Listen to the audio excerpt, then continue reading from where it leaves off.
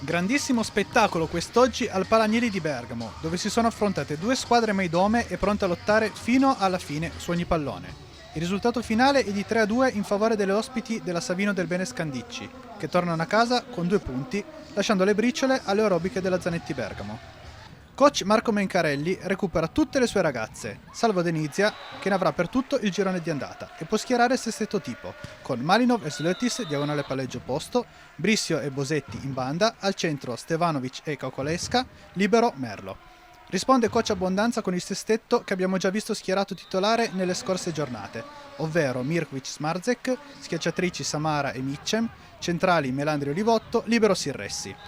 Nel primo parziale la Zanetti vola con una super Malvina Smarzek che realizza ben 8 punti e mette in difficoltà le toscane con la battuta. Il punteggio finale è di 25-16, ma questo è il preludio al grande match che verrà.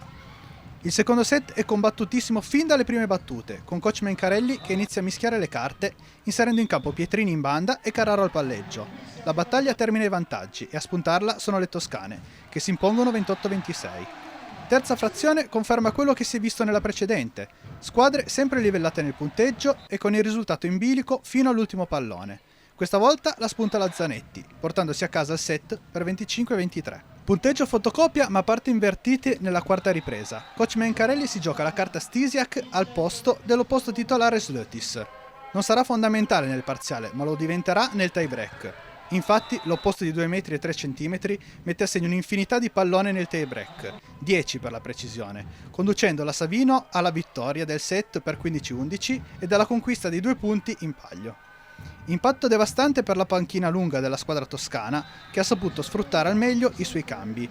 Ennesima prova da top player per Malvina Smarzek che mette a segno 33 punti nonostante la sconfitta. La prossima giornata si disputerà nel giorno di Halloween e la Zanetti sarà ospite di Casalmaggiore al Palaradi, mentre la Saugella Monza ospiterà la Savino del Bene Scandicci.